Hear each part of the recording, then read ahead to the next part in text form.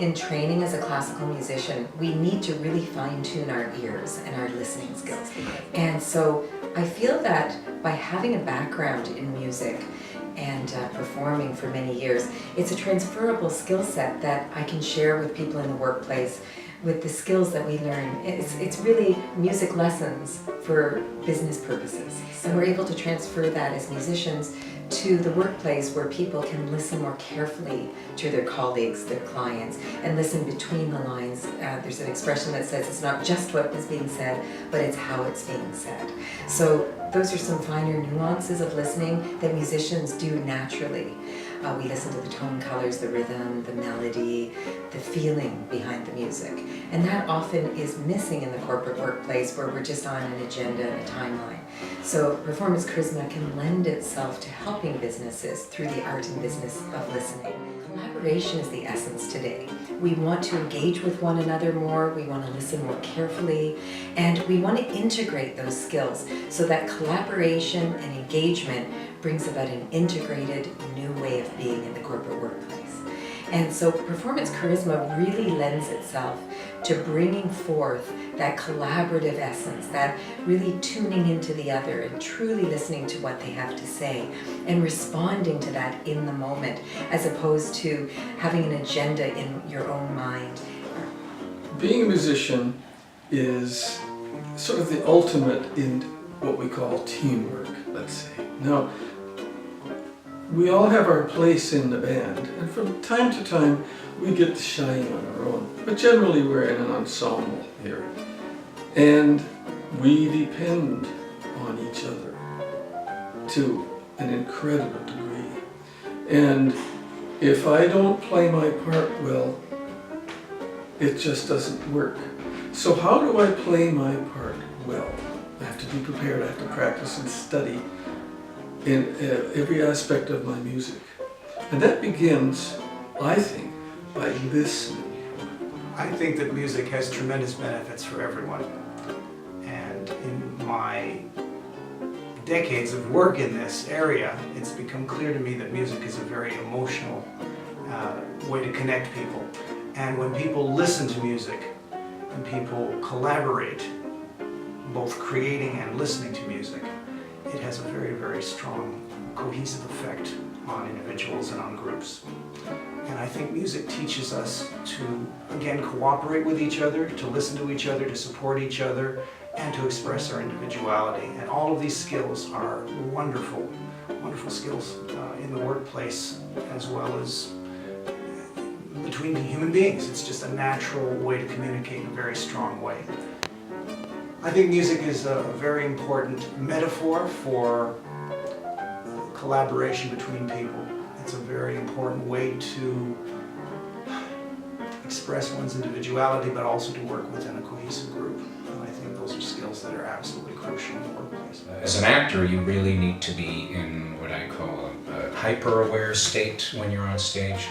Aware not only of what you're doing, but what the other actors are doing, where the audience is at, the whole stage element, the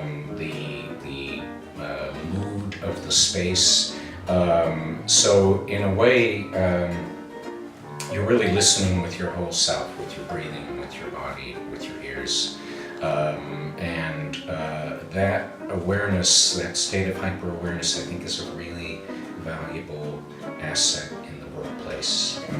Part of what we're doing here is to bring together and collaborate the value of musicians' backgrounds as jazz musicians, you as a great actor, and myself as a classical musician and facilitator. We're going to bring all of this together into one cohesive unit where we bring forth teamwork, team playing, collaboration, and innovation in a new and creative way. But change is the only constant, as we know. So some of the tools that we artists actors, musicians can share with the corporate world is ways of adapting to change in a very seamless way, in a centered way, in a playful and innovative way.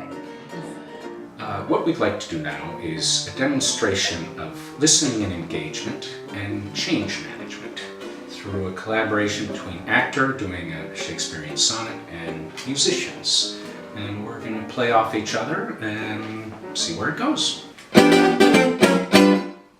When in disgrace with fortune and men's eyes, I, all alone, beweep my outcast state and trouble deaf heaven with my bootless cries, and look upon myself and curse my fate, wishing me life to one more rich in hope, featured like him with friends possessed, desiring this man's art and that man's scope, with what I most enjoy contented least. Yet, in these thoughts, myself almost despising, happily I think on thee, and then my state, like to the lark at break of day, arising from sullen earth, sings hymns at heaven's gate. For thy sweet love remembered such wealth brings, that then I scorn to change my state with kings.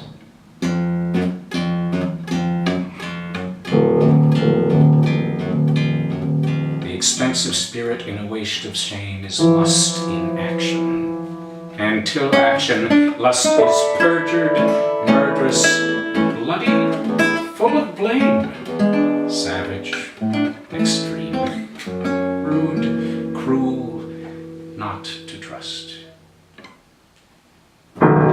So I actually started with my own intention of how to present this sonnet, and then when Bill and Jordan came in with different tempos, different rhythms, I adjusted that interpretation. That was simply through breathing, listening, being engaged with what they were doing, and allowing them to lead me with tempo, rhythm, and key change. So when the musicians led with some music, a chord change, or a rhythm change that I wasn't expecting, that was a moment of the unknown for me. And that was a change moment, and that involved me managing change. And I simply managed it by breathing, listening to what they were doing, and engaging with what they were doing, and letting myself just go with their direction. I think the word charisma is so important because all of us have a personal charisma. And what I mean by that is we have a personal dynamic, an authentic nature that needs to shine through. It may be a little covered, it may not have come out to play for a while, but it's available to all of us. So in our performance charisma training, it offers us the opportunity to truly listen, to engage, to be on our game, but at a performance level that is truly authentic and makes us shine in our charismatic nature. Now some of you may say, well, wait a second, I'm not an extrovert, I'm an introvert. But you're charismatically introverted. You can do your job well. So that means you're a phenomenal listener, that you process internally really well. Charismatic extroverts are the show people of the workplace or the entertainers in the entertainment world. We all have charisma. And so in the art and business of listening, we're able to share and integrate this connectivity, this attunement to one another, the ability to tune in and listen. So we're more responsive and engaged, and we can really help one another to boost our dynamics in the workplace and have a better time at it.